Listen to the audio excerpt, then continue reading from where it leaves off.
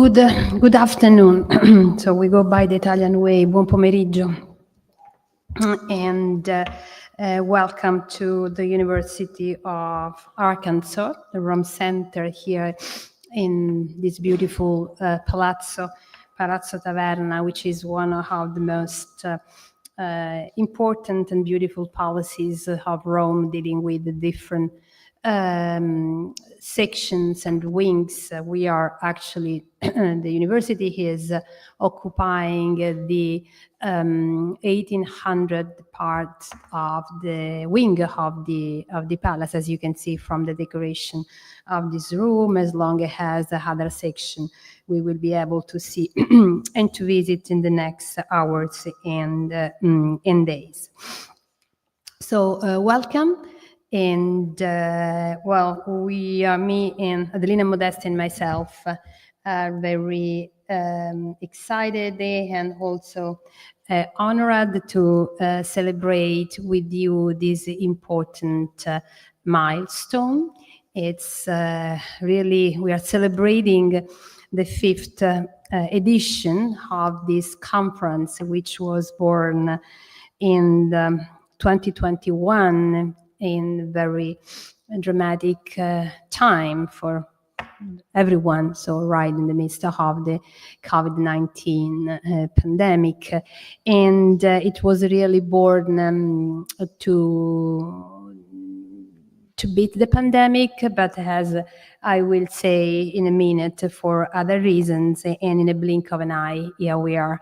So celebrating with you, with friends, peers, colleagues, and some of you really have been being with us for 5 years. And so thank you so much. Thank you to the old friends, the new one, and thank you for being here with us today. Well, as you can see from the screen, yes, so this is the the program. Today's, no, I cannot see, okay, program, and so it will be my very short speech, being followed by my dear friends and colleague Adelina Modesti. Then we will have the keynote address by Dr. Sheryl Reiss from US. So she's what? She's here already. Ciao, Sheryl. Ciao, buongiorno. Good morning. Good morning for you. Good morning. And then Alessandra Maso, who will be really breaking an incredible news, but it will be to her to say about it. So Adelina, I will leave the stage to you before starting my speech, and just to say hello. Yes,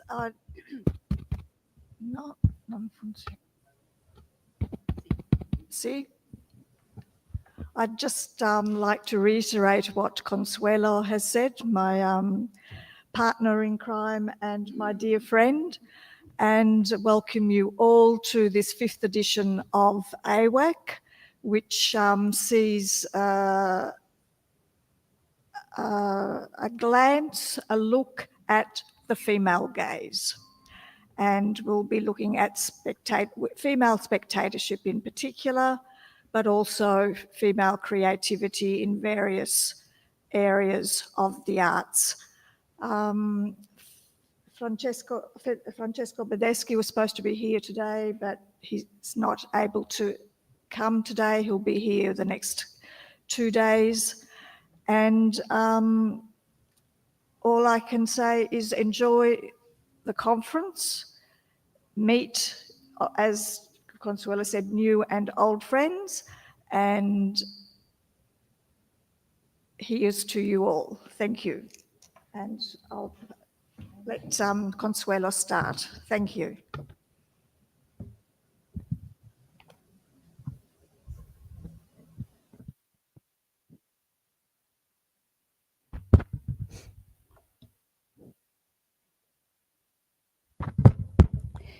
Okay. Well, this is a picture of us. That was the third edition of our conference. So it was 3, where you can see old friends, and especially right at the center, our beloved mentor, Professor Emerita Vera Fortunati, who joined the idea since the beginning of this adventure. So, well, the annual International Women in the Arts Conference was founded in 2021 during the global COVID-19 pandemic, and one of the most devastating events since World War II. Its inception marked a response not only to a moment of global crisis, but also to a critical anniversary, the 5th year since the publication of Linda Nochlin's seminal essay, Why Have There Been No Great Women Artists, was 1971. Widely regarded as the foundational text of feminist art history, Nochlin's work catalyzed the emergence of women's and gender studies as academic disciplines and inspired a generation of scholars and researchers. Since his publication, feminist art history has expanded far beyond its American origins, influences scholarship worldwide. In Italy, the legacy of Nochlin's work was notably embraced and advanced by Vera Fortunati and the School of Bologna, which played a pivotal role in disseminating feminist methodologies and fostering new avenues of research in the field. However, a sustained and periodical convention of scholars and researchers in the field of women and gender studies did not emerge in the years following the foundational work of Linda Nochlin and their contemporaries, if we of course exclude the Feminist Art History Conference, which takes place every 2 years in Washington, and of course being created, inspired, and supported by Mary Gardner and Norman Brown.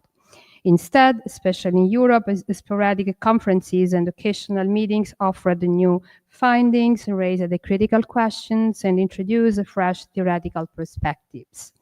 These events, while valuable, lacked continuity and a dedicated platform for ongoing scholarly exchange, at least in Europe. AIWAC was established to fill this gap. It was conceived as a space for sharing ideas, research programs, and academic studies. A forum open to senior and junior scholars. This is something we really want to highlight. So when we receive the calls, we first look and read the content of the proposal, and only after it we go and see the curriculum. So that's why you see every year independent scholars as well as young scholars, because we really appreciate and evaluate the content of the proposal and importance of the novelty of the proposals, as well as independent and independent researchers. The conference aimed to foster interdisciplinary dialogue, encourage collaboration across institutions and borders, as we will see in a minute, and support the development of innovative approaches to the study of women in the arts. The foundational idea was to launch a call every year where a scholar asked to reply to a given topic. And in 5 years, we have covered 5 different ones. This is the number 1 in 2021 conference, Women in Arts, Architecture and Literature, Heritage, Legacy and Digital Perspectives, which was conceived as a broad and inclusive framework. Its purpose was to lay the foundation for the conference and to reach out to the widest possible community of scholars. By embracing a wide thematic scope, the inaugural edition aimed to introduce the initiative to the academic world, foster visibility, and encourage participation from both established and emerging voices and scholars. Well, the first edition was, here we go, in the first edition, Maria Elena Diaz Jorge was served as keynote speaker, delivering a lecture titled Dal Palazzo alla Casa, Donne e Architettura nel XVI secolo in Spagna. And with her incredible expertise, depth of knowledge and passion, Maria Elena, beyond being a very great friend, she really offered a foundational contribution that set the intellectual tone for the conference. And her pioneering work on women and architecture, particularly in the Granada region and all in the Andalusia, remains a milestone and an essential point of reference for scholars in this field. Among that edition, that was pretty much online, so we were just 3 or 4 of us sitting in this room, and most of the participants were delivering online. And I have to thank right now my colleague, and also him is a partner in crime, Fabio Grassi, who really took up my crazy idea and helped me doing this. And please, just a round of applause to Fabio, because I'm sure that anyone has been reached out by him.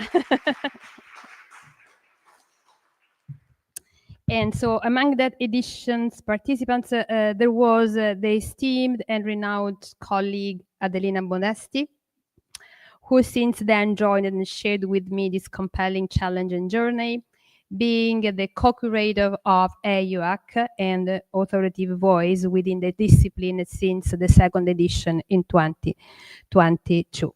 And the second edition, here we are, Women's Legacy in Natural Studies, Health and Liberal Arts, examined the multifaceted relationship between women and the naturalism from antiquity to the contemporary period. It expanded this discourse by focusing on naturalism as a subject of inquiry across disciplines. The thematic scope of the conference encompassed a wide range of topics, including botanical studies and the historiography of naturalism, medieval and early modern treatises such as the Quina Sanitatis, the role of the still life in scientific and symbolic representation.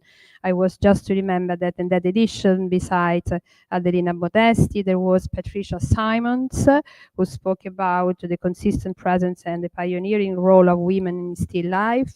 Catherine Powell Warren, whose talk on Maria Sibilla Merian was the anticipation of her monograph on the artist, which has been released a few months ago. There was Loretta Vandi, who should have been with us, but unfortunately she could not join, so she withdrew right a few weeks ago.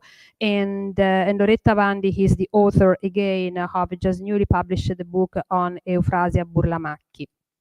There was Patricia Rocco, she is here sitting with us today, and also Bruce Edelstein, who presented the just released book Eleonora di Toledo and the Creation of the Boboli Gardens. The 2023 edition centered the theme of women warriors, and that was very timely back then because the war in Ukraine just outbroke, and that warring women from the Amazons to the guerrilla girls wanted to trace the presence of women and the representation of women from matriarchal society to contemporary times. And what came out from that conference is that women have been actively engaged in warfare, defending their lands, communities, families, or themselves. And again, a subject which is unfortunately, very timely this far.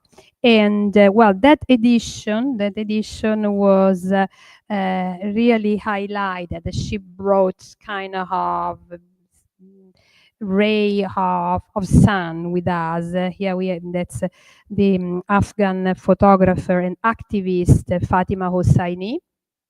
It's her, and she served as keynote speaker, but she also gave us with an unusual generosity a lot of pictures, so we had the chance to set up a temporary exhibition with some of the most beautiful, if we can say this, because each picture she takes is really a work of art. So we had this small exhibition, and really she added a vital contemporary and global dimension to the conference, just being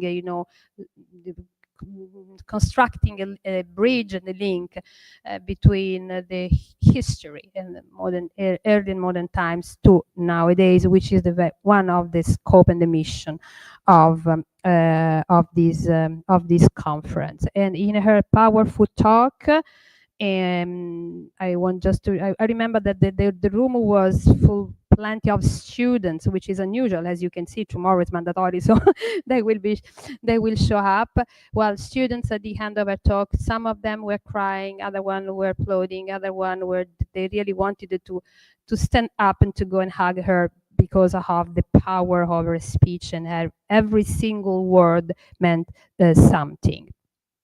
The number 4, I go briefly to quickly to the conclusion. Love, marriage, desire, the civic and juridic status of women from antiquity to modernity, acquisitions, resistance, and destabilization. And here I want to highlight the other friend we got from this conference, which is Juliet Simpson, and really. Thank you, Juliet, for being here since the beginning. So you have been a supporter, you have been, of course, a colleague, but a friend. So, and we are very honored, and it's a word which sometimes means nothing, some other times means a lot. Happy to have you in this adventure. So she served as keynote. She has spread the word of the conference really among peers, scholars, and students, and as a sign of her and our belief that these things can really, this conference, this subject, these studies, this research can really help to grow and to don't I wouldn't be rhetoric, but to grow, probably, to create a better world. And well, here we go.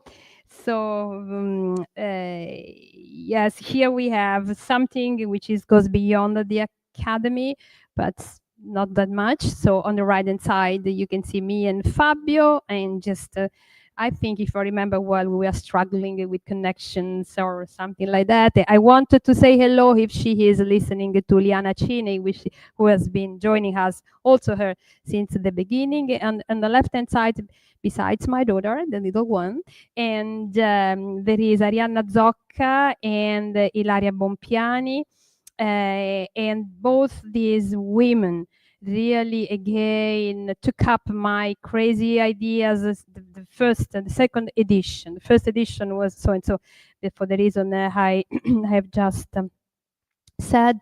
But since the second edition, they again took up my ideas to create each year a dinner, thematic dinner, which was tied up to the subject of our conference. So they created a medieval.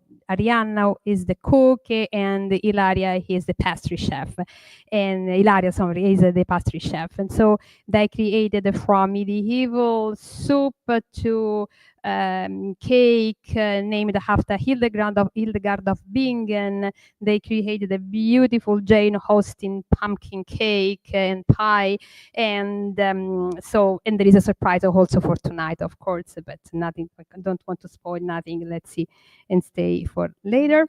And well, let's go to the achievements and goals, because really, again, something which was born in a dramatic circumstances is little by little shaping something more, something consistent.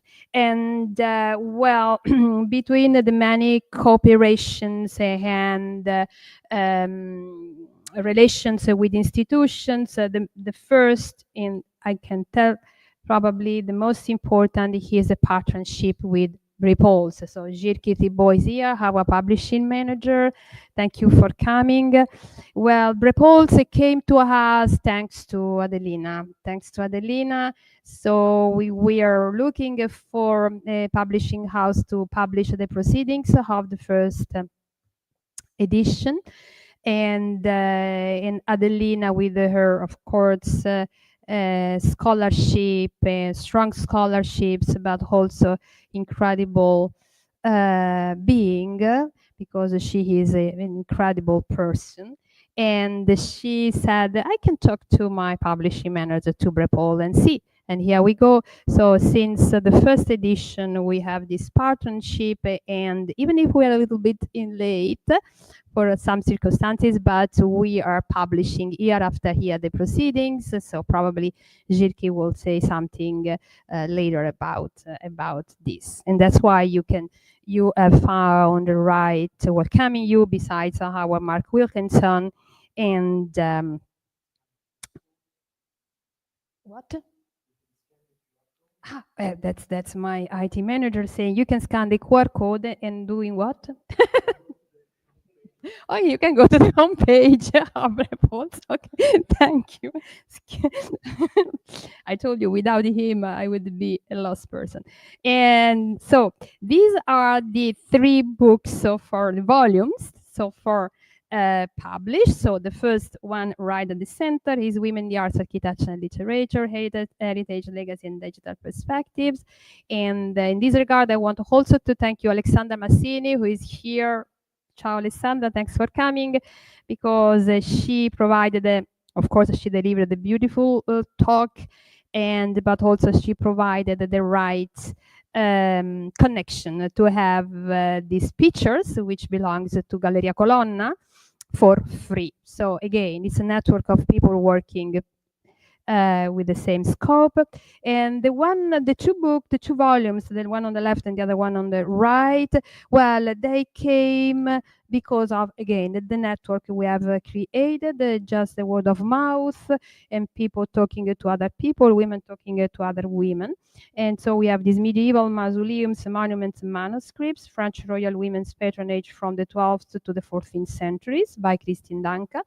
And the one on the right, Disoriented Gender Territories in Contemporary Art, I think that it was saying something about this volume, because at the beginning we were disoriented, me, Adelina, and Jirki, because of the subject. So, and because of it, and after having, of course, the volume went through a blind, double-blind peer review, we realized that we had to add something to the series, which initially was just women in the arts. So we had to add women and gender in the arts, and that's so to broaden, expand the territory of our research and studies. Just a few statistics. So these are the 3 books, and probably these are dated to July, so probably something has changed, but you can see that we have sold 125 volumes of the proceedings of number 1, the AIWAC number 1. We have sold 105 from medieval mausoleums, monuments, and manuscripts, and 1 disoriented, but it's just been released. So probably, again, these numbers have to be updated. And if you look at the prices, so it's over 100 each, just medieval mausoleums a little bit below 100. So it means probably that we are doing well. So if we're able to sell all these copies. And well, and let's go to the cooperation with other institutions. In January 2024, we were able to create and organize another conference, Women in the Architecture. So ARC stands for Women in the Architecture. We have curated with Sheryl and the University of Texas, the School of Architecture of the University of Texas. That was a groundbreaking conference, I think, because we were facing novelties about women and well, the word that we decided to start using back then, the matronage. So as women were able to support the arts, and especially in the field of the architectures. And the one on the right hand side, it's me and my beloved colleagues and friends. The one on the right is Professor Patrizia Dragoni from the University of Macerata, and the one on the left is the beloved professor Eliana Carrara from the University of Genoa, and it's just the babies of them all, because it is a conference we held and curated here last May on women art historians and critics. That was a network between us, University of Macerata, University of Genoa, and we're missing here Ilaria Miarelli Mariani from the Musei Civici, so she couldn't take the pictures all together because she was in another commitment that morning. I'm sorry, but Ilaria just thinks that Ilaria is here among us. And to conclude,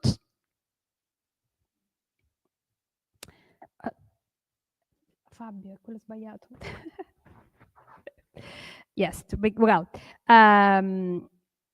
well, it's the wrong presentation. Doesn't matter. To conclude, and we are very honored to announce today, which is a very particular date for many reasons, but this will be to you to tell something more, that the University of Arkansas Rome program has been rewarded is not correct. It's been prized is not correct. It has been gifted. Has been gifted by my very best friend Alessandra Masu, who decided to donate the whole Maurizio Marini's library to this university. And I don't want to cry. I promise to myself. You know why. And but yes, this was the mission, the scope of this conference, to create connection, to unify dots, to create opportunities, and as an educational institution, we do believe that education and knowledge, wisdom must be the elements to change our world. So thank you all for being here today, and thank you, believe me, just everyone worth something for myself, but I have to hug these two ladies, Adelina and Alessandra, for her forever friendships and love. Thank you so much.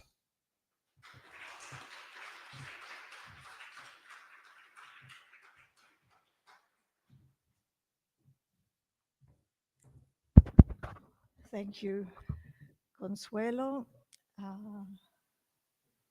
Mettiamo.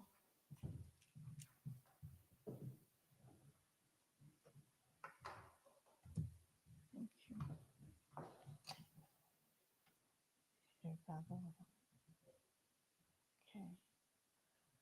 Okay. I will start this evening's talk with a women's rights convention that took place in Seneca Falls in New York in July 1848. And it is one of the most significant women's suffrage conventions in the United States, and the first to exclusively demand the moral, intellectual, and equal rights of women in the social, political, and economic realms. Over 300 people attended the two-day convention, at which was presented a Bill of Rights, the Declaration of Sentiments, modelled on the US Declaration of Independence, written by Elizabeth Cady Stanton, who together with Lucrezia Mott organised the convention. Stanton's declaration called for the right of women to vote, to work and earn, to inherit and own property, insisting, and if not downright demanding, their equality within the family, education, employment, politics, and religion. As such, Seneca Falls stands as a foundational moment in the history of the American woman suffrage movement and a model for future women's rights campaigns and a forerunner of the feminist revolution of the 1970s.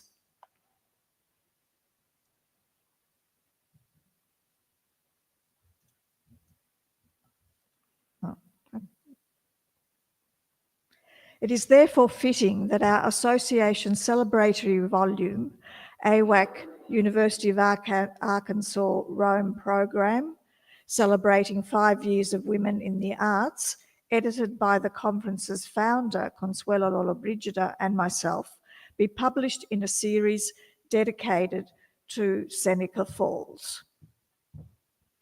Consuelo and I were delighted when Silvia Palandri Vito, founding editor of Publish Her Story, approached us with a view to honour the past 5 years of AIWAC by sponsoring a publication celebrating the conference's success and achievements to date. Together, we invited past presenters to contribute essays to this celebratory volume on their ongoing research on the intersection of women and the arts. We received a number of proposals from which 12 essays were finally selected. My role this evening is to introduce the contents of the volume and its imminent publication by Publish Her Story, an initiative spearheaded by Silvia Palandri, who unfortunately cannot be with us tonight. We sincerely hope that this will be just the beginning of many more such initiatives.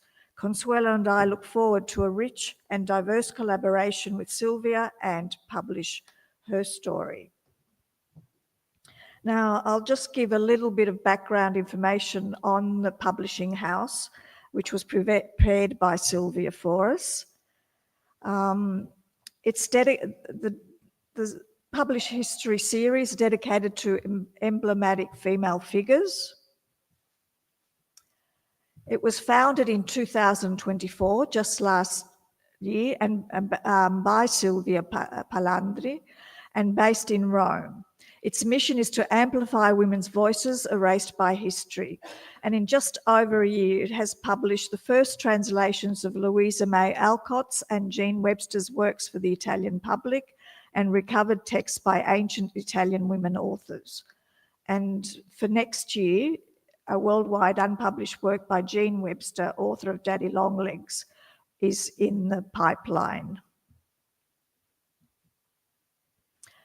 And its aim is to connect Italian and American legacies of female resistance, creativity, and silence breaking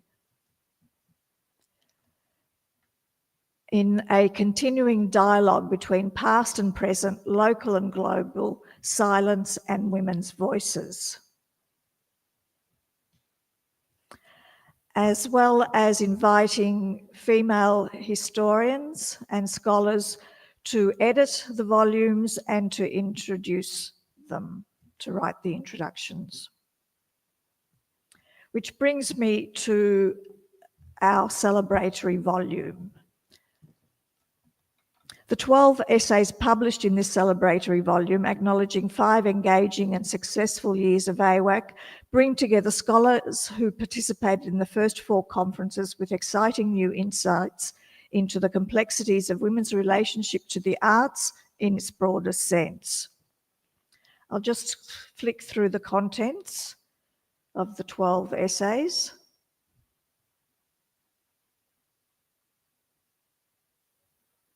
And say a few words about them.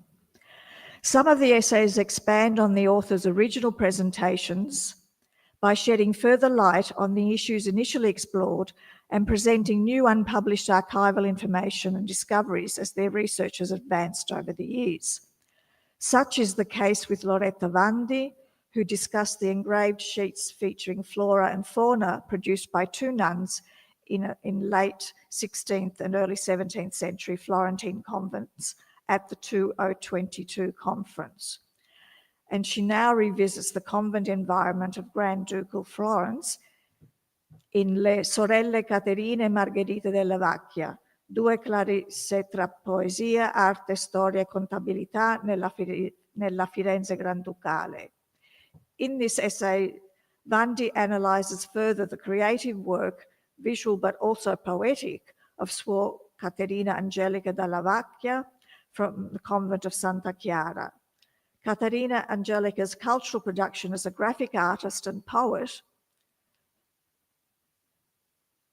flourished within the cloister, evidence that early modern creative women could carve out a space for themselves and their work in the sacred and protective walls of the convent.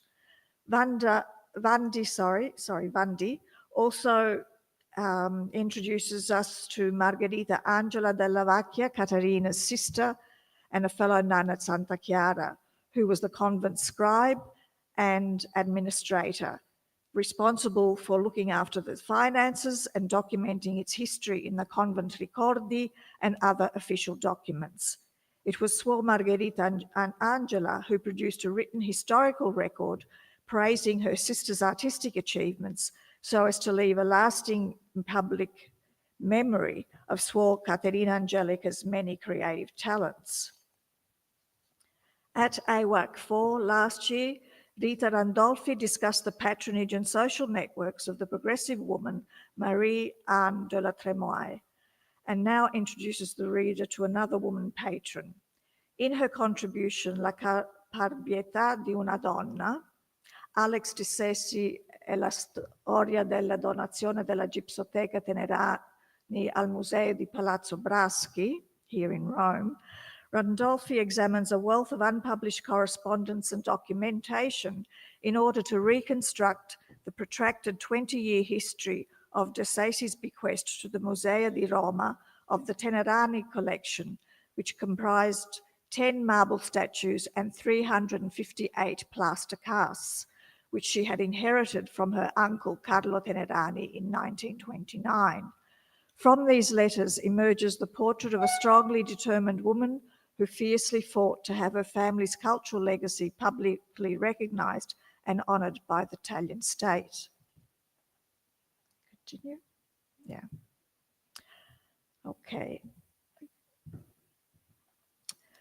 Silvia Palandri, who at AIWAC 2021, our first meeting, spoke about the pedagogic role of the Marchesa Colombi's writings.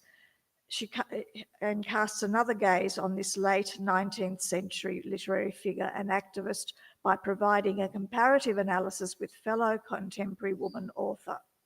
In her essay La condizione e l'educazione femminile nel pensiero di due grandi scrittrici italiani dell'Ottocento, la Marchesa Colombi e Carolina Invernizio, Palandri investigates these two women's divergent outlooks on the social condition and role of women in post-unification Italy, the former committed to social change and women's emancipation, the other happy to maintain the status quo.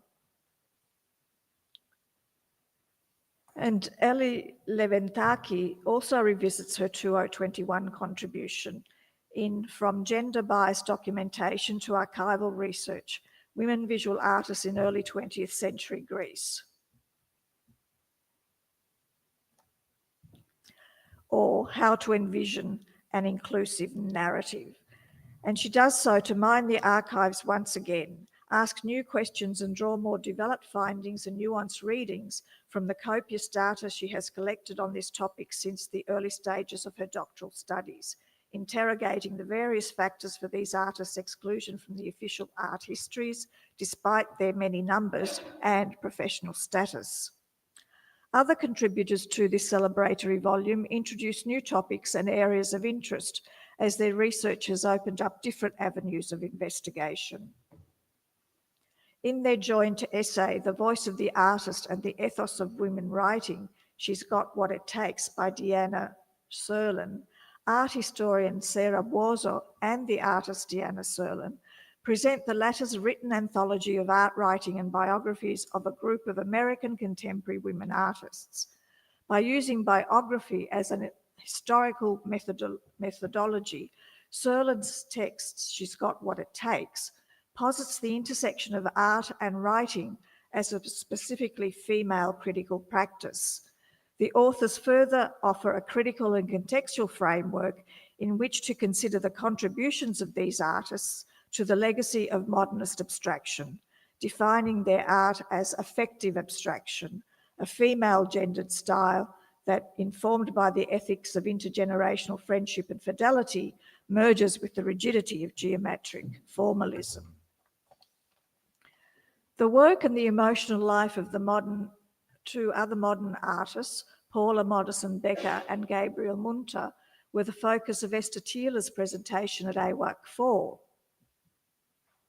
She now turns her attention to the first female painter of the Italian Renaissance. In Sophonisba, Anguissola and the Lateran Canons, Tiela discusses a 1556 portrait of an unidentified prelate by the artist, proposing two candidates, both Lateran canons, as the possible sitter.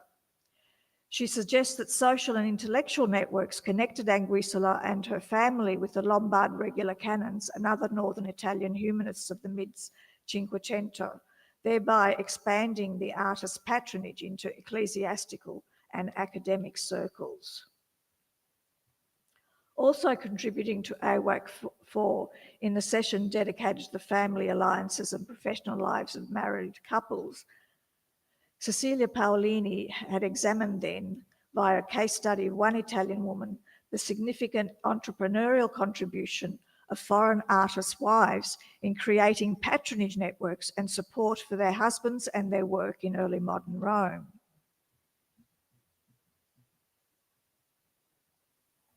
In A Forgotten Woman's History, how the Società Promotrici di Belle Arti in Naples supported the women's art market after the Italian national unification,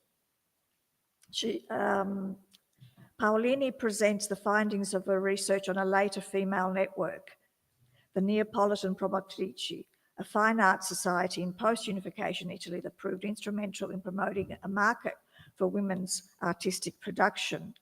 Paolini reclaims the history of this female cultural society in their support of women's artist professionalisation and their social and economic emancipation, arguing that the Promotrici's agenda was not only artistic, but also ideological and political. And this is something that comes through in a lot of the essays in the volume. Now, at the end of a second edition of AIWAC 2022, Alessia Muroni Ramos, who is here tonight, welcome, also explored a particular historical moment in the intellectual emancipation of women, the 18th century scientific and blue-stocking British context of Mary Delaney's paper, Garden. Her contribution in the present volume, Donne in un interno, gli atelier come spazio di produzione, promozione e affermazione delle artiste, opens with Virginia Woolf's assertion that it is imperative for women to have a room of one's own if they want to write and create, in order to examine the female artist studio as a space of one's own. Leaving behind the shared family atelier of the early modern period, the female studio developed into a constructive, creative and social site of women's artistic independence and professionalisation, sociability and female autonomy.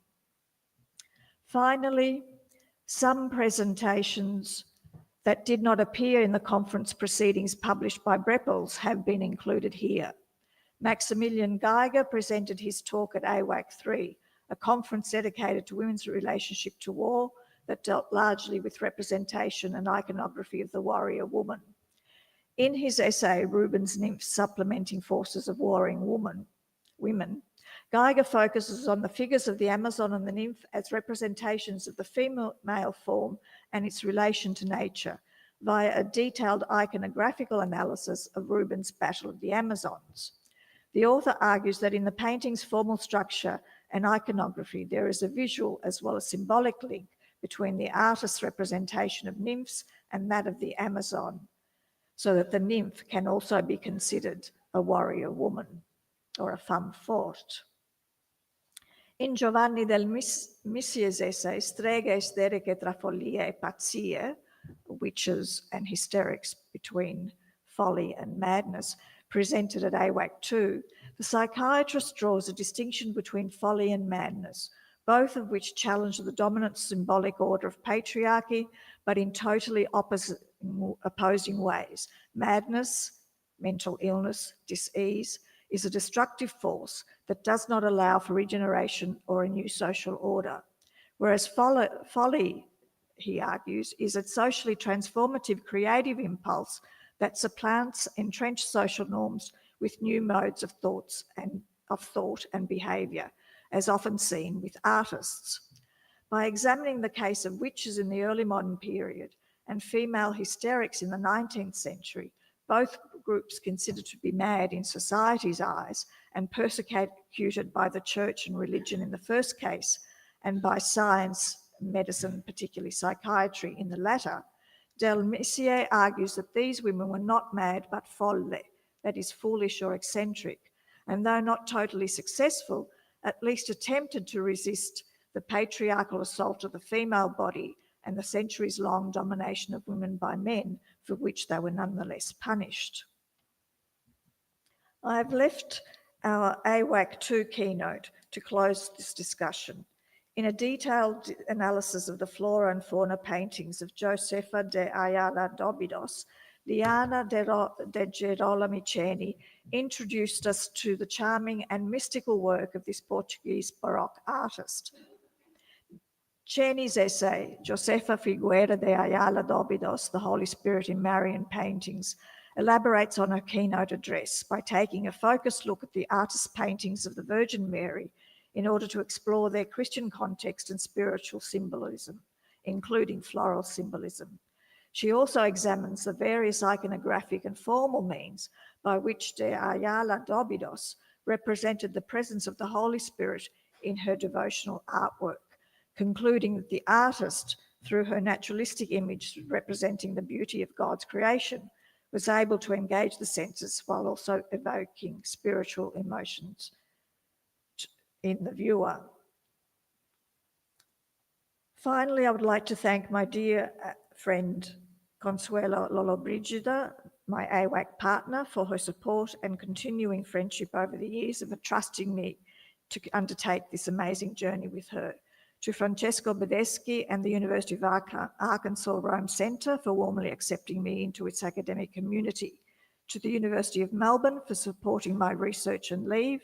To Jirki Thibau at Brepols and Silvia Palandri Vito Publish Her Story for their commitment to publishing the conference proceedings and celebratory essays, and to Fabio Grassi and all the support team at UARC for their technical expertise and assistance ensuring that the conferences run smoothly for both in-presence and remote speakers. It has been and continues to be, and will be, I'm sure, a real pleasure.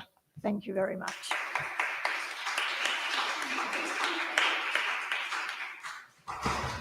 Well, now, thank you, Adelina.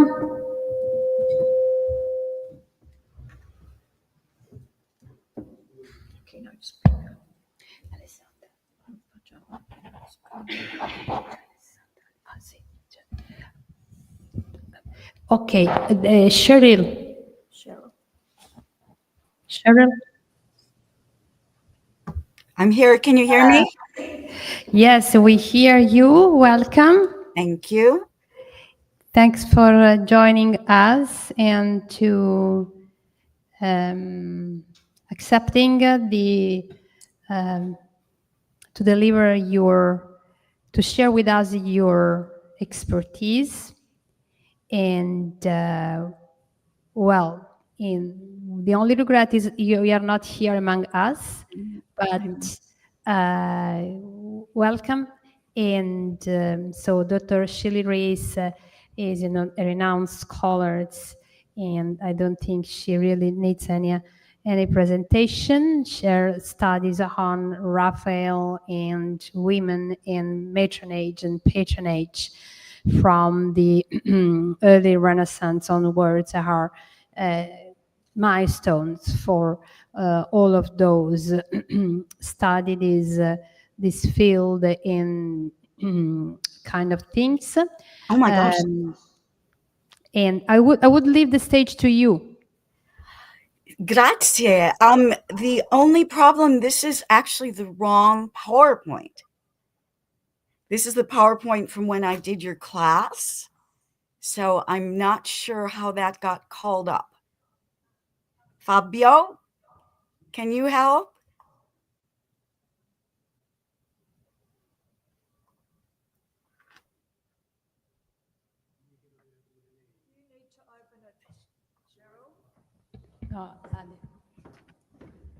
Apparently, I think you opened it. Sheryl? Yeah, I think somehow the wrong PowerPoint got opened. So I think I just Fabio, can you hear me? Yes. Yes. Yeah, I'm not quite sure because I didn't have the PowerPoint from October open, but that seems to be what's here. So I think we just need 2 seconds to See? correct this, Okay. if that's I will okay. It's okay. Just Okay. reopen. Close that one and reopen. Yeah, I'm trying. My mouse doesn't seem to be working. Hold on. Press ask. No, it's Yeah. not working. Okay. So give me 2 seconds. I don't know. It's my mouse seems to be disabled here. I'm so sorry. Don't worry, Sheryl, don't worry. Take your time. It's not a problem. Yeah. Let me yeah, I'm just not sure why my mouse isn't working so that I can call up the correct PowerPoint.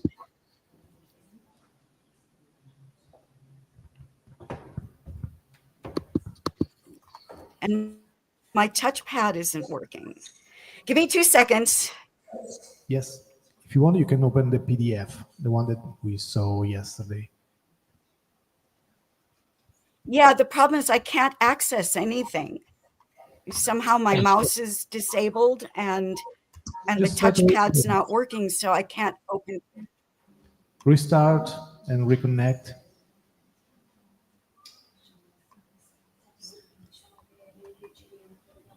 Okay. Sheryl, what do you think if we reconnect Yeah, in I'm really in 10 minutes, okay? in how many minutes? 10, 2? 1, Oh, okay, 2, yeah, that's no, 10. 10. 10 minuti. Sì. Mi dispiace tantissimo, non so che è successo. Non ti preoccupare, io so fare anche di peggio. Fabio è testimone. Ok. Il problema è che non posso navigare. Just restart the computer. You have to shut down your laptop and start it over. But take your time. See you in 10 minutes. Yeah, ok.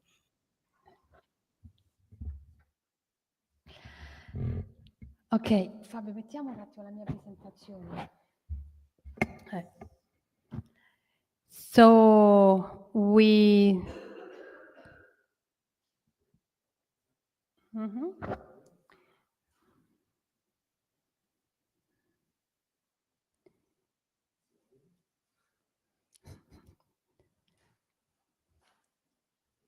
Ok.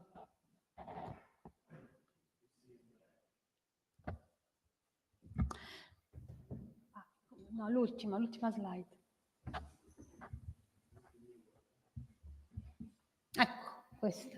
This was the right one. Okay, this one. So we, again, we're very honored and happy to leave the floor to Alessandra Maso, again, friend, scholar, and who will be telling us something. Hi, everyone. So my name is Alessandra Masu. I am an art historian, a journalist, and an author. I love researching and discovering the stories of women artists from the 16th to the 19th century. And I've been collecting artwork by women for more than 30 years. In 2016, in collaboration with my colleague and dear friend, Dr. Consuelo Lollobrigida, we founded the Cultural Association Artemisia Gentileschi. The mission of Artemisia Gentileschi is researching, identifying, restoring, publishing, and exhibiting artwork by women with a focus on Rome's museums, churches, and collections. Our aim is to expand the knowledge and awareness of the vital yet largely unknown contribution of women to art history in Rome from the Renaissance to the 19th century. In 2022, we launched the Artemisia Museum Project, the first virtual museum and multilingual database dedicated to women's achievements in the arts. It is with joy that I share with you today my decision to donate my art library to the University of Arkansas Rome Center to celebrate AIWAC's 5th anniversary. This is my way of thanking UARC for supporting Dr. Lollobrigida and Dr. Adelina Modesti in creating this conference, which has now become an admissible event for anyone interested in gender studies. The core of the library belonged to Professor Maurizio Marini, a leading expert on Caravaggio and the Roman Baroque, who passed away in 2011. He would have been turned 83 today. This gift is in his memory. The books in the library number over 13,000. Pamphlets and periodicals number approximately 4,000, 4 pieces, including international art publications like the Burlington Magazine, Storia dell'Arte, and Paragone. Maurizio Marini was a talented art historian, a connoisseur, and a charismatic teacher. He would have been delighted to have his beloved books made available to international students and scholars to be used as Marini and I use them, as a resource and a source of inspiration. Thank you.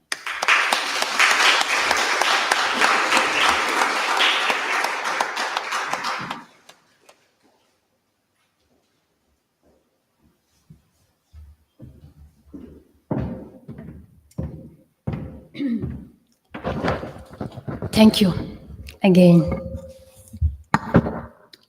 Let's see. That's a little bit. If Sheryl, no, it's not yet. Okay, we can open the stage to questions.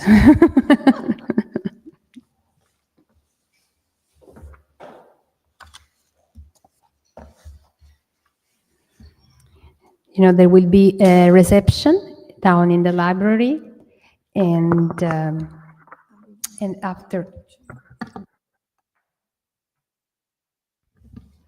Yes, there will be a reception downstairs in the library. We were intending to see the Baroque room of Palazzo Taverna, the Baroque hall, but unfortunately for tonight that's not possible, but we'll do it for, in the next couple of days. Oh, tomorrow we do it. Oh, tomorrow afternoon it's been rescheduled. Okay. Yeah. She didn't realize that was today. She thought it was tomorrow. That's why. So we will be visiting the Baroque room tomorrow. And, well, there will be a reception, by the way, in the library later. And then after the reception, we will be coming up back here to toast to the anniversary.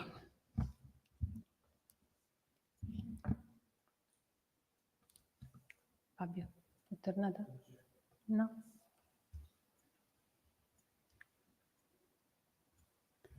Any questions? Sì, Patrizia.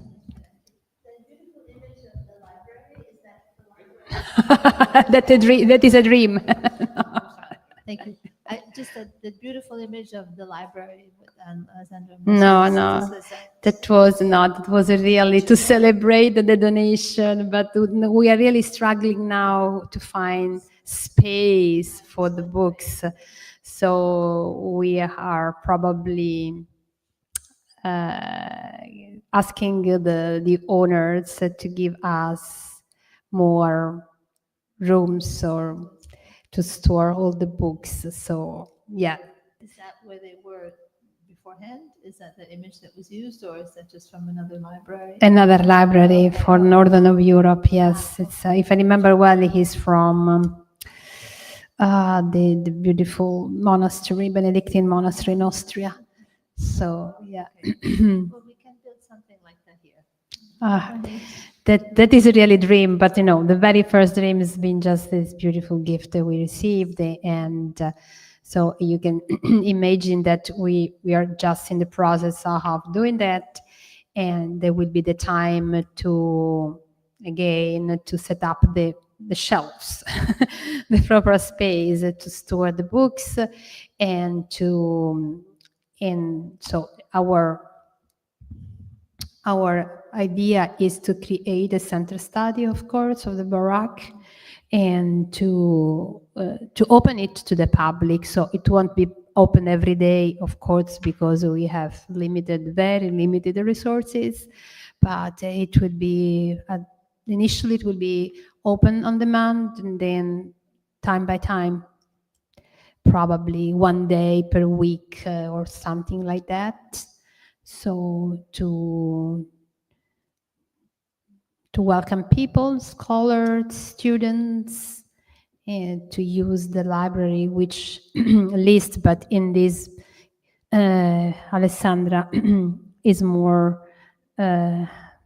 precise than me, but so there are titles, very rare titles, and so, or editions that were just looking at, for instance, and yeah, so no, it will be a very simple library with probably IKEA shelves, which cost very, very little. But just the idea in today's digital age, of course, with all of the wonders that the digital age has brought us, it's just still amazing to have a gift of actual books, which is fantastic. But we do believe that in a time where, you know, the frontier is the AI, as it was in the past times, you know, in history, really the knowledge, and Umberto Eco's Il nome della rosa speaks a lot about that. No, the winners will be those who have the materiality of the culture. So beyond the importance of AI, I use every day, I use with my students. So I don't want to be, you know, hypocritical. So but I think we do think. So me, Alessandra, Francesco Bedeschi, again, he's not here, but he will be delivering closing remarks on Thursday afternoon, and also from Arkansas. So in Arkansas are firmly convinced that material books could make the difference. So of course it won't be, at least that I won't see it, so we cannot digitalize the library, because again, we have no funds to do that. It costs millions.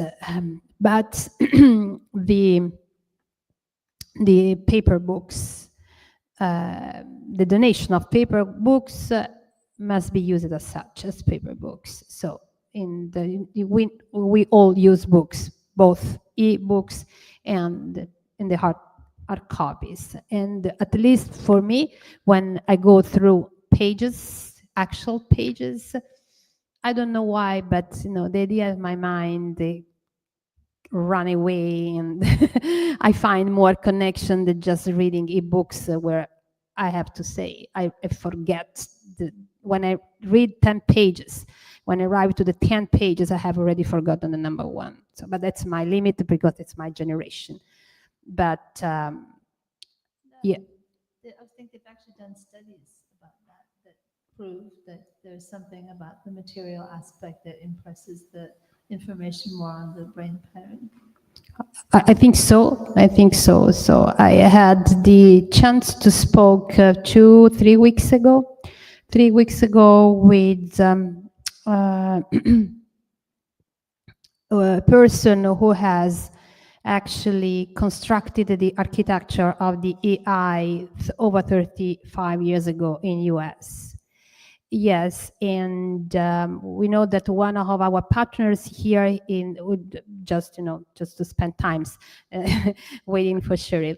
So University of Arkansas, for those who don't know us very well, we work as a program for the we work to as the study abroad programs for the students from Arkansas, and we were founded almost 40 years ago as a department of the School of Architecture. And again, right in 2019, before the pandemic, we were moved from the School of Architecture undergraduate students international education.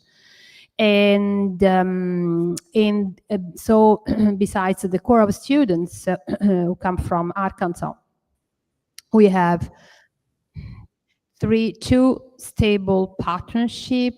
One is with Thomas Jefferson University in Philadelphia, and the other one is the Rensselaer Polytechnic Institute in Troy, New York.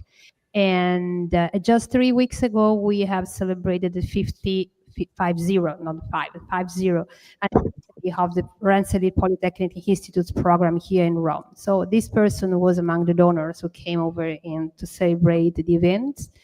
And as the art historians of the university, they called me up and said, okay, Consuelo, you have to take this here, and there. And we had the chance to talk. I didn't know who he was. The only things I knew was that he came with his private jet, but he was the humblest person I ever probably met. And it came out that he was the person who constructed the architecture of the AI over again 30 years ago, and then he sold it to people you can imagine. But I was fascinated by him because he's also a musician. So we went visiting medieval churches and the Modesti floor, and they said, it sounds like a music. And he says, hey, ba ba bum, ba ba bum, ba ba bum. They said, this is an actual genius. And over lunchtime, we decided to speak of other things. And they said, okay, please tell me, who will win, AI or us? And he said, no way, us, humans, forever. And that is because and he says because we have to take care of the material culture. So, and it's to us as scholars, I don't want to say intellectuals, but as scholars and people who like to study, and we do this to work, to live, to support the materiality of studies. And just because we have to be the time, and I was with my students to Villa La Farnesina today, and they had their assignments and the homeworks, and they took up their papers, and this is Villa Farnesina, and Peruzzi, and 15, and Raphael, and it said, okay, stop. I don't want you to read these sheets, these papers.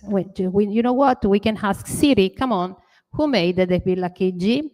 And probably Siri says way better than me, than anyone else, okay? So now I want you to give me your feelings here inside, what you're getting from these walls, from these frescoes, or from these columns, from these gardens, and they were saying, looking at me probably as one of the foolish girls, Giovanni del Missier, he's highlighting in his essay.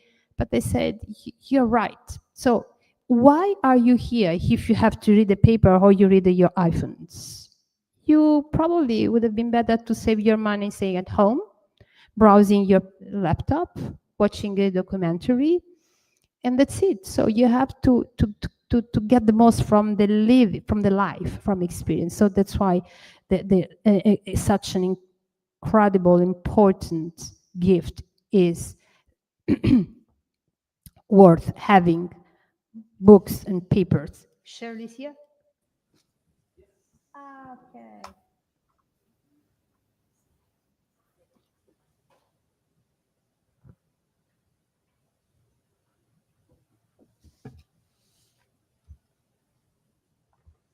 Sheryl? I'm here. Okay. I've been back. Can you hear me? Yes. Yes, we can hear you, Sheryl.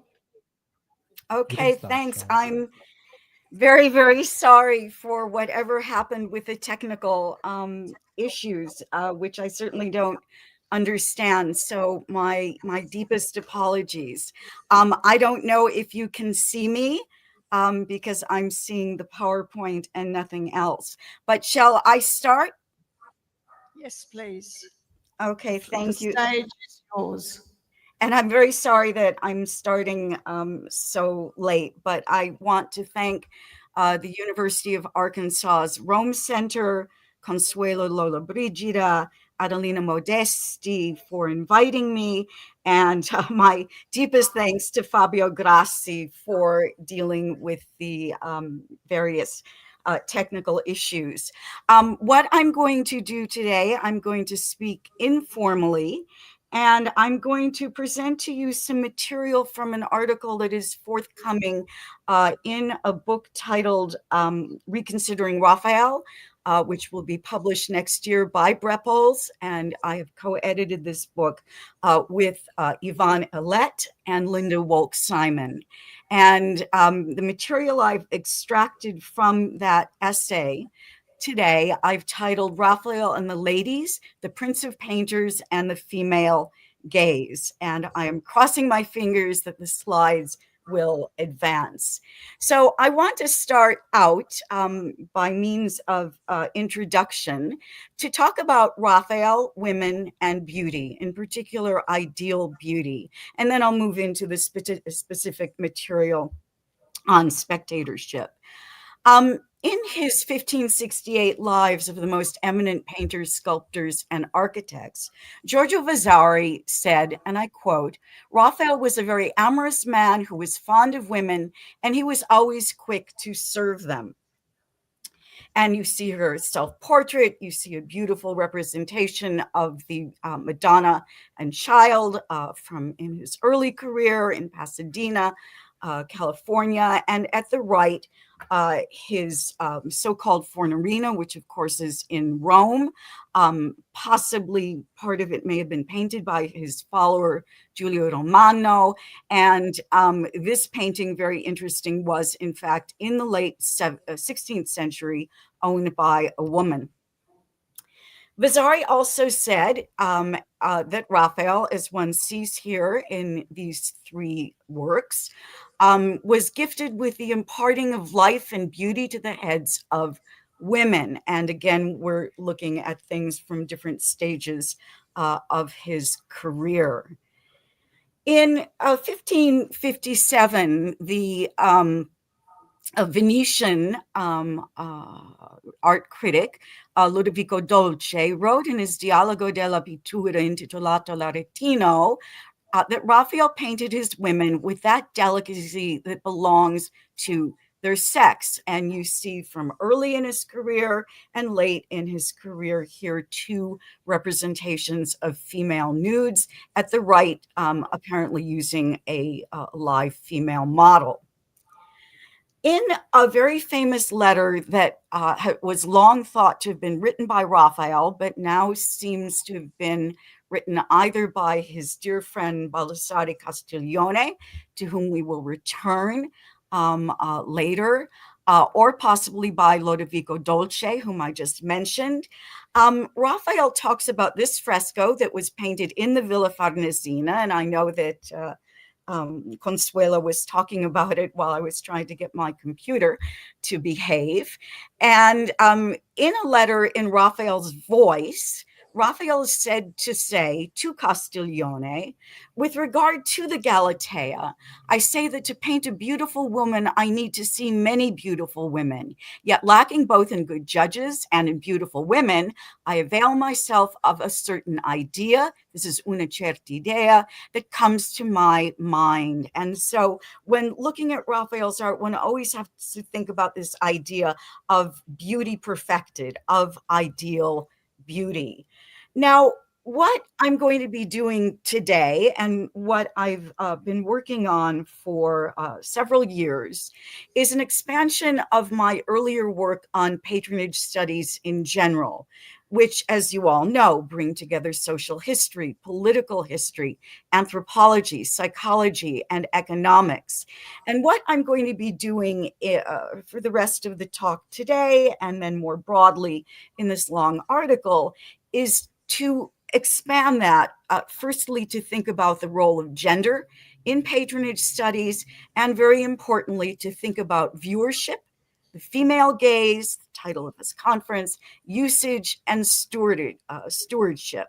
And let's go ahead now and talk a little bit about that. Now, I want to talk first about ideas about female viewers and devoutness. In a very famous passage in the 1548 Da Pintura Antigua by the Portuguese writer Francisco de Holanda, The author puts into the mouth of Michelangelo, whom he knew in Rome before he published this book in Lisbon, and he sets it in a form of a dialogue with Michelangelo speaking with his very dear friend, the poet and very pious woman, Vittoria Colonna. And she asks Michelangelo in this dialogue what Flemish painting is about.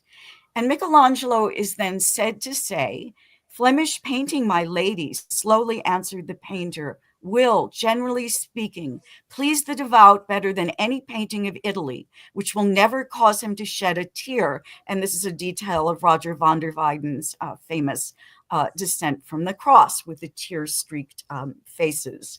Whereas that of Flanders will cause him to shed many, and that not through the vigor and goodness of the painting, but owing to the goodness of the devout person. He then says that these paintings will appeal to women, especially the very old and the very young. He also then says to monks and to nuns and to certain noblemen who have no sense of true harmony. But he's gendering this reception of pious works, in part at least, as female. Turning now to Raphael, we are in Umbria, in central Italy, and looking here at works done for the city of Perugia, where he worked on 4 different altarpieces for women patrons. And I'm going to talk with you about 2 of them today. And it's important to understand that the women who commissioned and who looked at these altarpieces, many of them were interrelated by networks and bonds of family, friendship, and marriage. So I want to start with Raphael's Colonna altarpiece of around 1504-05, the main panel of which and lunette here are in New York in the Metropolitan Museum of Art. And here is a reconstruction of the entire altarpiece. And I will end my talk today with this predella panel of the Pietà, which is in Boston in the Isabella Stewart Gardner Museum. And a very perceptive passage in the 1568 edition of his Lives, Vasari wrote, and I quote, "The nuns of Sant'Antonio of Padova in the same city, that is Perugia, employed him, Raphael, to paint a Madonna with a clothed Christ, as was pleasing to those simple and venerable women." And so he is saying that Raphael made the choice to show the Christ child clothed because of the women, the Dominican tertiaries who were looking at this altarpiece. And here you see the detail of the clothed Christ child. Now, this is an anomaly for Raphael. The Colonna altarpiece is the only painting by Raphael that shows the clothed Christ child. Much more common, again, to show you the beautiful Norton Simon Madonna, is the nude Christ child. And if any of you have read Leo Steinberg's famous book on the sexuality of Christ, you know his arguments about why the Christ child came to be shown nude to manifest the incarnation. Earlier Umbrian artists did paint the Christ child clothed. Raphael actually collaborated at a point with Pinturicchio, and you see one of his versions of a clothed child, a Christ child here. But significantly, this is the only surviving work in Raphael's body of work to show the Christ child clothed. And Vasari attributes it to the spectatorship of the women who commissioned it. Another altarpiece that Raphael painted for a secular patron in Perugia was done for a woman whose name was Atalanta Baglioni. And Raphael wrote, here that Madonna Antalata Baglioni begged him to agree to paint a panel for her chapel in the Church of San Francesco in Perugia. In composing this painting, Raphael imagined the pain felt by the closest and dearest relatives as they lay to rest the body of some loved one on whom the happiness, honor, and profit of the entire family depend. Now, Adelina, of course, was the patron and primary viewer of this altarpiece, which she commissioned for a chapel in which she was eventually buried, and where 7 years earlier than the commission, she buried her son, whose name was Griffonetto. And Griffonetto had actually murdered Adelina's brother, his uncle, at a terrible event that became known as the Red Wedding because of the bloodshed. And Griffonetto then was assassinated by members of a kind of a rival family of gangs, and to revenge the murder of his uncle. And Adelina refused to speak to her son. And she basically went to him when he was nearly dead, bleeding to death in the streets with her daughter-in-law, and was utterly grief-stricken about her rejection of her son, despite the son's murdering of her brother. And so this is the context for the commissioning of this beautiful and very important altarpiece in Raphael's body of work. Crucial to understanding it is the idea of female reception, both by the patron, the primary viewer, and also by others in the city of Perugia. And I mentioned how these women were so interrelated by bonds of friendship, marriage, and kinship. So recently, in a really important article on this altarpiece, Heather Graham wrote in an article titled "A Mother's Wise and Prudent Grief, Reading Raphael's Entombment Through the History of Emotions." And she relates the representation of the fainting virgin to legal constrictions on women expressing grief, but very rarely here the virgin is shown swooning. And Graham wrote, "I prioritized the reception of the work, the way it likely communicated ideas about grief, gender, and decorous emotional comportment to its original audiences." So again, thinking about spectatorship and reception. I now want to go to Raphael's birth city of Urbino, which is in the Marche on the eastern part of Italy. Of course, the site of a very famous palace built by Duke Federico da Montefeltro. I want to talk explicitly about one of Federico's daughters, who was highly educated. Her name is Giovanna Feltria della Rovere. And she is associated with a letter that you see here that was first published in 1754. And you can see her signature over here. Now, this letter is thought possibly to be a forgery of the 18th century, but there are many scholars who certainly want it to be true. Now, this letter, using the language of Renaissance letters of recommendation in Joanna's voice, says, "The bearer of this will be Raffaele, painter of Urbino, who, being gifted in his profession, has determined to spend some time in Florence in order to learn. And because his father, of whom I was very fond, was most worthy, and the son is a sensible and well-mannered young man, on both accounts I bear him great love and desire him to attain perfection. Therefore, I recommend him to your lordship as earnestly as I can."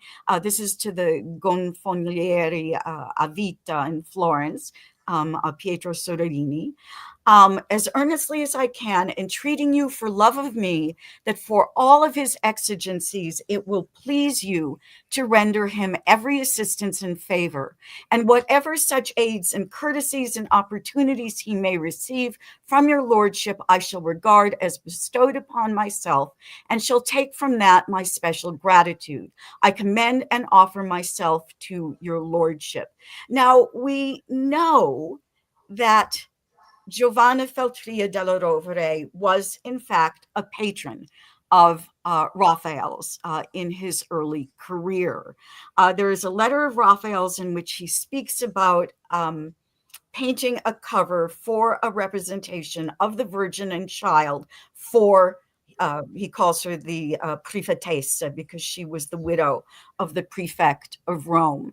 A number of works by Raphael have been associated with this Madonna, and I have suggested both in publications and a number of lectures that this painting in London, and there are many, many copies, many versions of it. This is thought to be the original, that this is the letter, that this is the painting that is talked about in the letter of April 1508, which describes the painting for the woman, for Giovanna, as a tavoletta.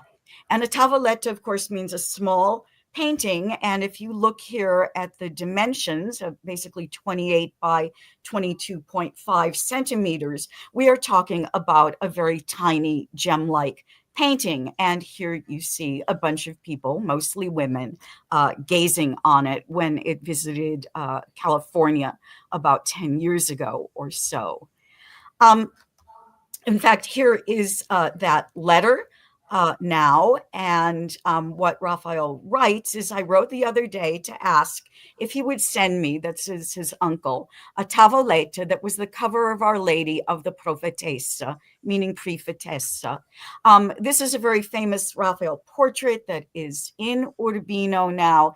It has been associated with Giovanna, and it's there as sort of a placeholder to give you an idea what she might have looked like around the time that she commissioned Raphael to do this Our Lady, the Madonna.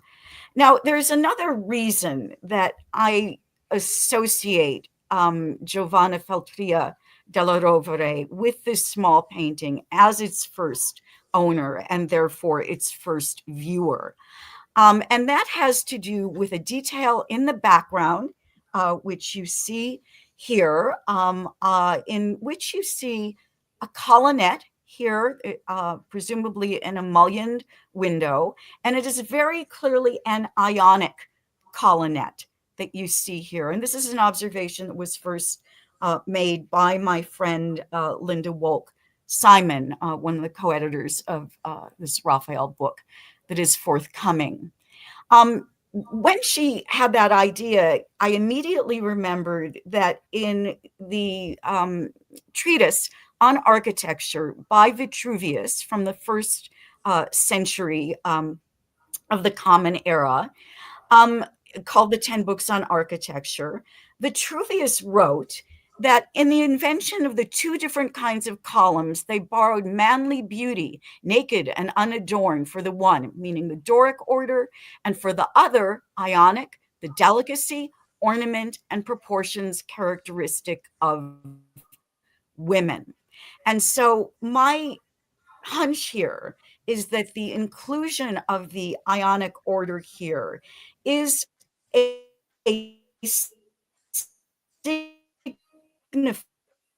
signifier of this being a painting done for a woman, to be looked upon by when he would have been working on this painting. And Latin may well have been reading Vitruvius. She was the daughter of a very major architectural patron. Therefore, my thought use of the Ionic here based on her reading of Vitruvius. Well, let's now go to Florence, whether or not Giovanna Feltria actually recommended Raphael for what he is called his Florentine period. Raphael in Florence, for Florentine patrons, painted primarily representations of the Madonna and Child that were intended for domestic settings. He was doing altarpieces for other places like Perugia, but he didn't really, for the most part, crack the Florentine art market to get large public commissions. So he was mostly doing numerous representations of the Virgin and Child for Florentine domestic settings. Now, the patronage of these Florentine works has been associated traditionally with men. And this is in part because Vasari and documents mention a number of male patrons. But I want you to think about an idea of what has come to be called indirect patronage. And this is an idea that a scholar named Roger Crum put forth in a book that I co-edited on women patrons. You see the title down there, that was published in 2001. Roger Crum wrote, and I quote, "The truth is that my mother chose the house and everything in it, and her will was supreme, if not exclusive. When renovations were made, a chair covered, or a painting selected for purchase or removal. My father is far from being a 21st century patron. He just paid the bills. Patronage for my parents is a process, not a solitary act. It involves them differently, and my mother is involved to an extent that is equal to and usually greater than that of my father." And we need to think about this for Raphael's very famous Madonnas produced in Florence. Here are a couple of them where we know the names of the male patrons. For example, Vasari wrote in the first edition of his Lives, published in 1550, Raphael formed a very great friendship with Lorenzo Nazzi. And for this Lorenzo, who had taken a wife about that time, he painted a picture of the Madonna to place in his camera. And by camera, he means the Camera Grande. This is a reconstruction of what this might have looked like. This was a room where visitors would be received, where the husband and wife would come together to conceive children. It would have various kinds of furniture. This is a daybed called a lettuccio. This is a cassone.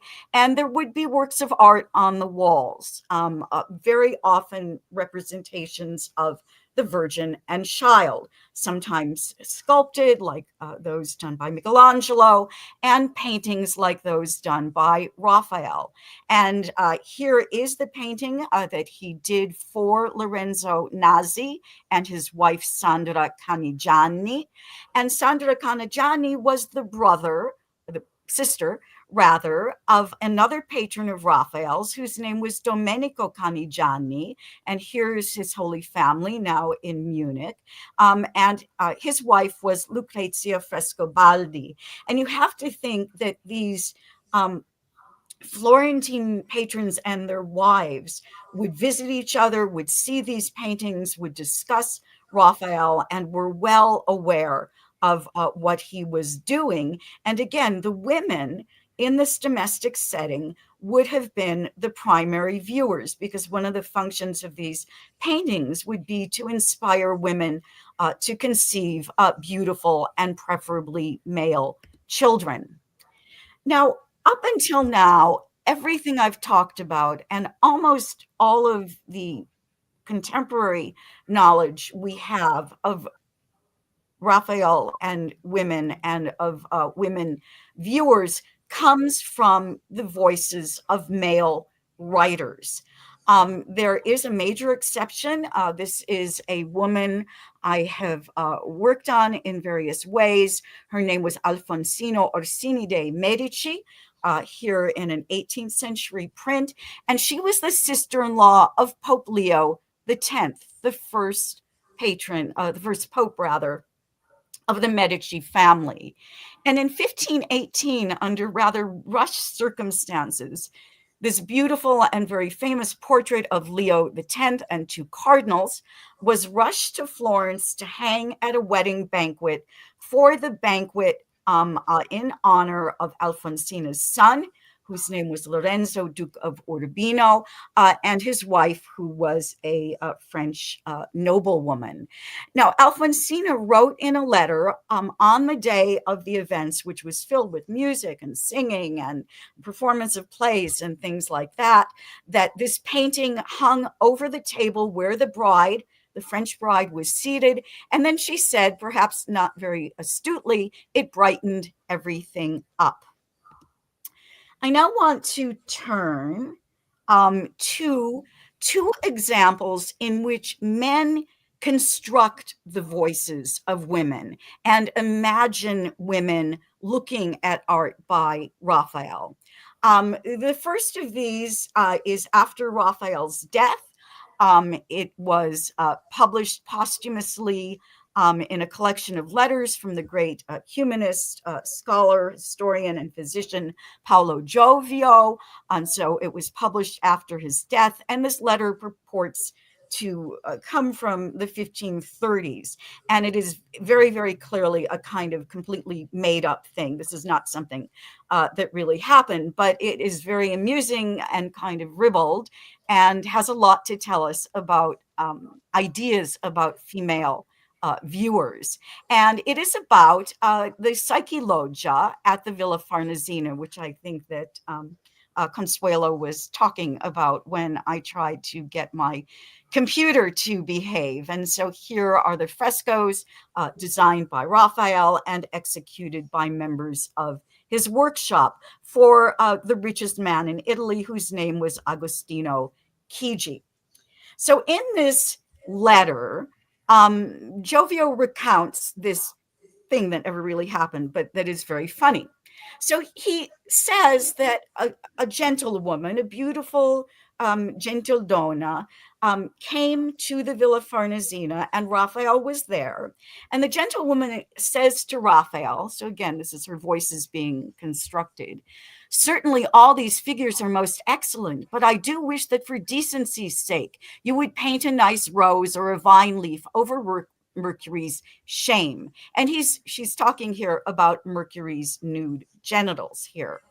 So Raphael then quips back and says, "But why haven't you also said that I should do the same to Polyphemus? This is a figure by another artist in another room, whom you previously praised so much." And so the joke here is in the English translation, for example, of this letter, the English translation of the letter is very explicit, and it says that the genitals here were so much larger than those painted by Raphael. The Italian text is a little more subtle than that, but this is a kind of a ribald joke, but it plays on that idea of female modesty, of female women being uncomfortable at looking at male nudity. And of course, this may be the figure that was being talked about.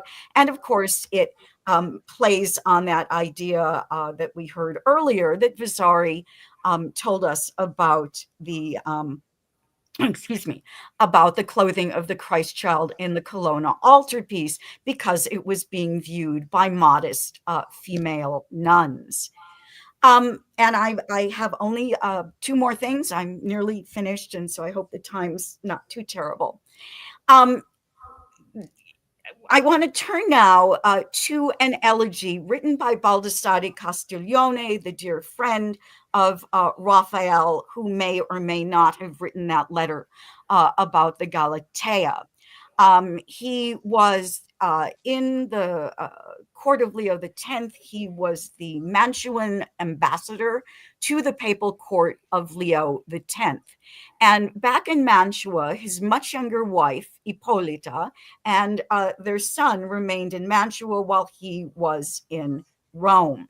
This elegy, which is written in Latin, probably around 1519, was written in the voice of the wife. So once again, we have a man writing about a woman's experience of art, imagining how she reacted to the portrait of him by Raphael, usually thought to be about 1514 to 15. The dating's kind of all over the place.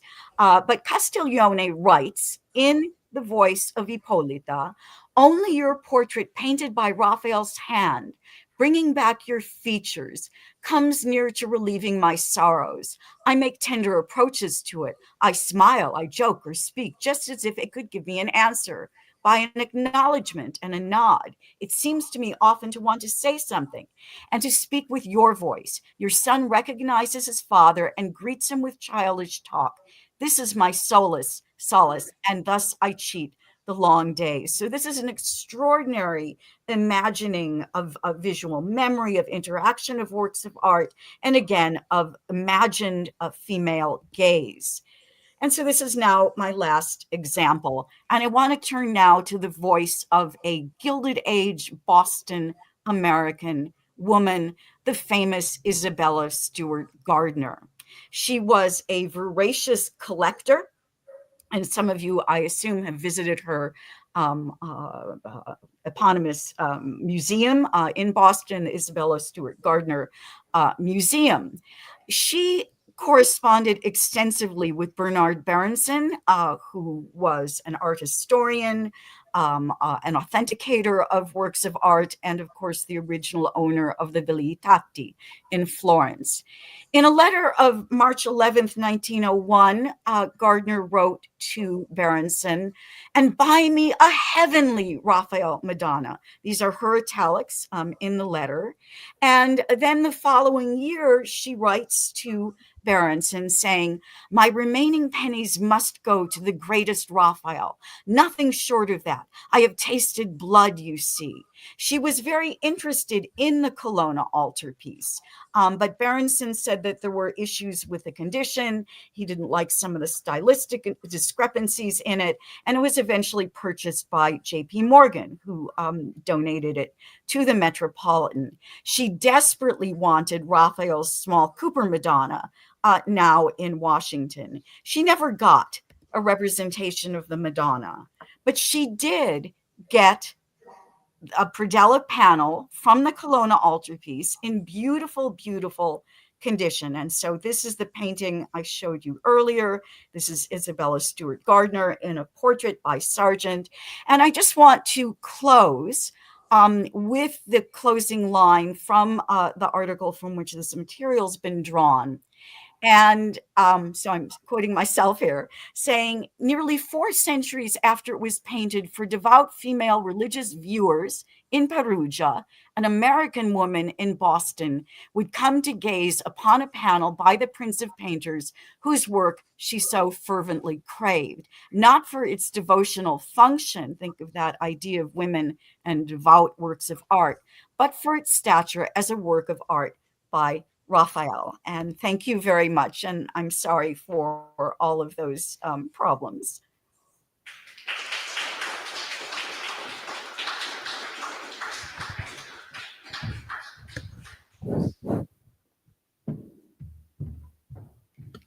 Thank you very much, Sheryl, for that wonderful expose of looking at women's viewing of works of art that are often also produced intentionally for women, whether they are commissioned by them or not. A lot of the quadretti da letto, that usually the small holy families, etc., were intended for a female gaze.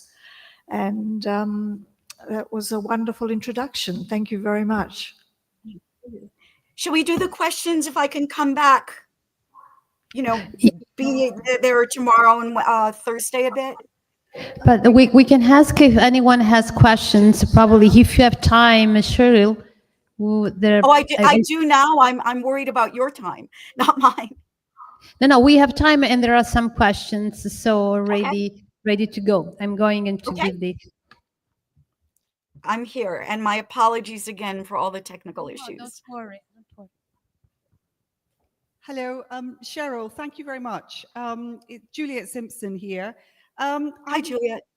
Hi, thank you very much for your paper. And I think you've set some very fascinating, a very fascinating framework for this conference.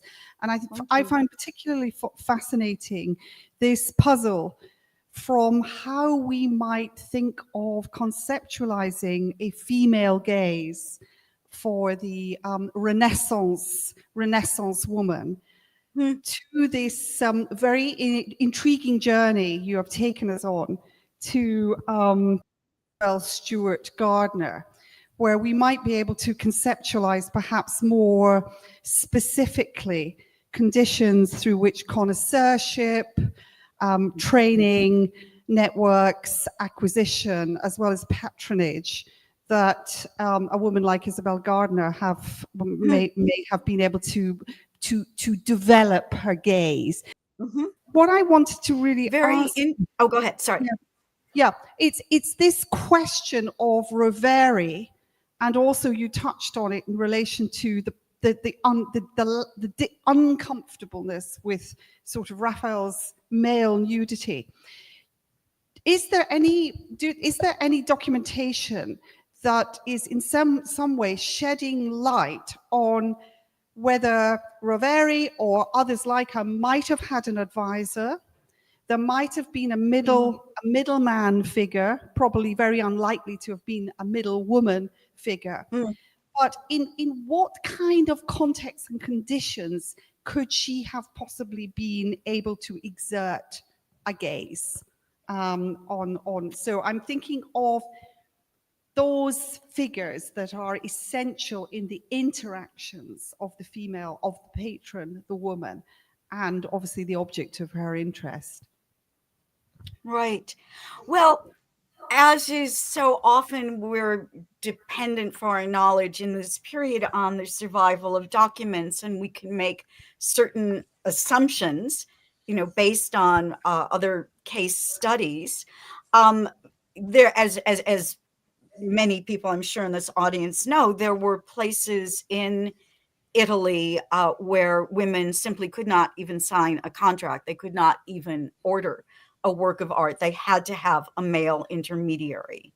We know that the female nuns who commissioned another of his works in Perugia, which I didn't include in this talk today, used male advisors. And in fact, they had heard of Raphael through male advisors. And so, again, you can kind of extrapolate that this is likely something that happened frequently. Now, interestingly, that painting, it's the Monteluce coronation of the Virgin now in the Vatican.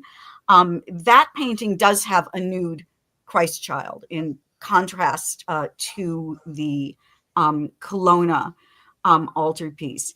In terms of female voices, beyond a kind of recounting of the commissioning of the Monteluce altarpiece, which I ended up not showing today, there's just next to nothing in women's own voices.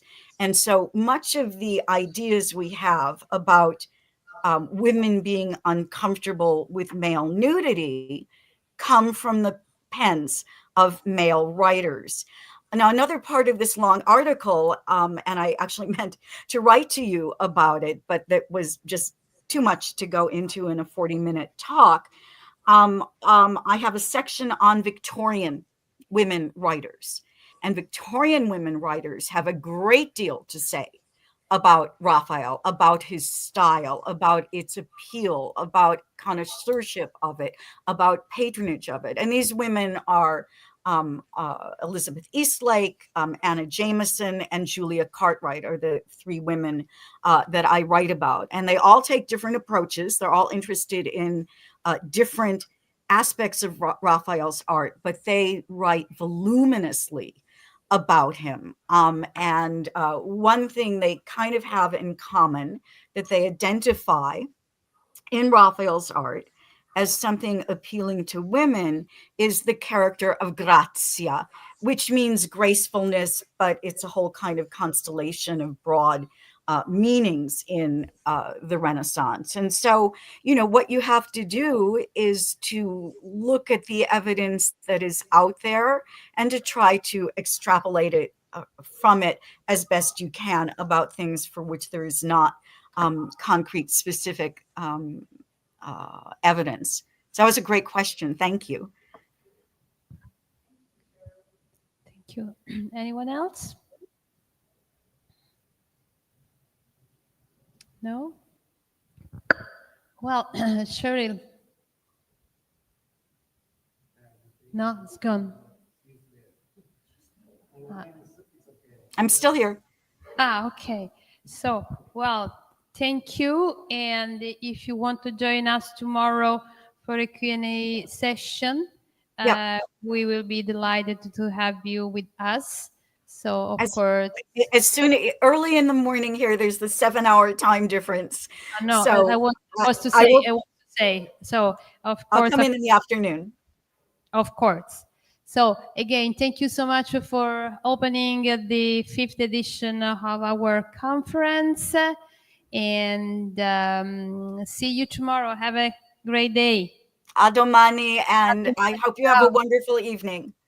Thank you. Thank you. Bye. Bye-bye.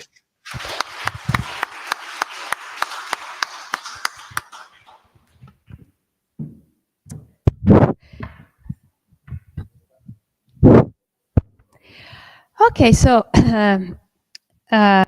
we are at the end of the session. So for those who know the way, down in the library, there is a reception. So, and we are all invited to join and just to have a nice talk together. No, hold on a minute. That's Jirki. I'm still looking at you.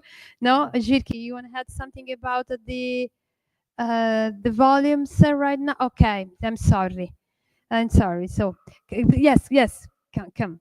So before going down, Jirki Thibault, again, the publishing manager of our series, our support, and well, the stage is yours. Hello, I won't take this too long because I think after this very interesting opening session, we all are looking forward to the reception also. But just a quick word, I'm Jirki Thibault, publishing manager at Brepols. I'm also the publishing manager that coordinates the Women and Gender in the Arts book series.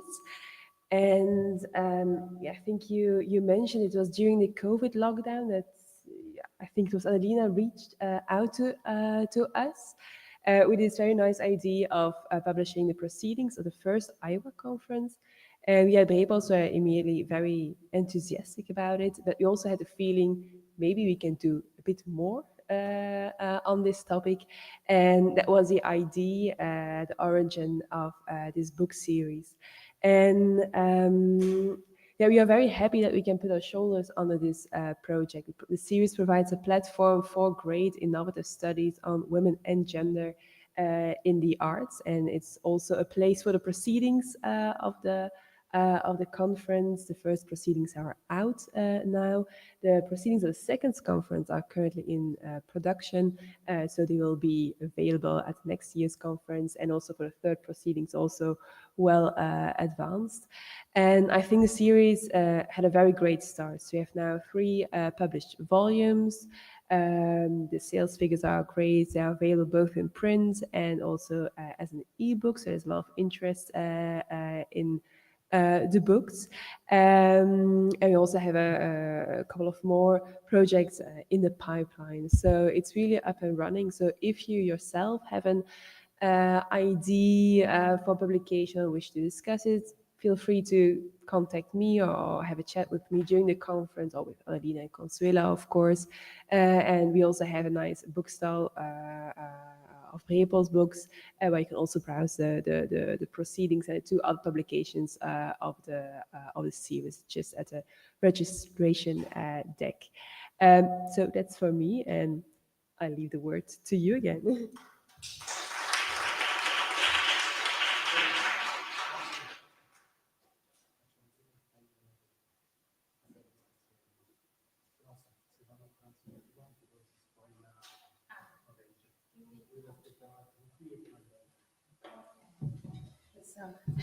Because of the timing, we have to change a little bit our program.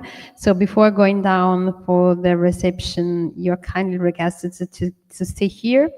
And yes, we do the celebration first, and then we go down and we have the dinner. So it's yes, kind of dinner. Yeah. So just wait here a few minutes. Thank you. Yes, you can close the globalization, and well, and see you tomorrow morning. So just to